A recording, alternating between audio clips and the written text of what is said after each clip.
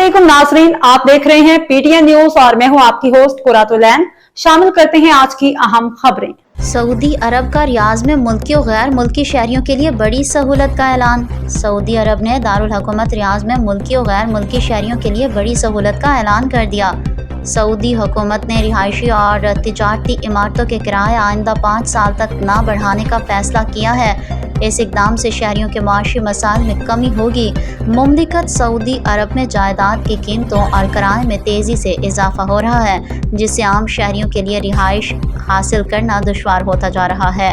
Saudi वजारत housing का कहना है कि इस फैसले का मकसद दारुल हुकूमत रियाज को मज़ीद काबिल रिहाइश शहर बनाना और शहरियों पर माली दबाव को कम करना है।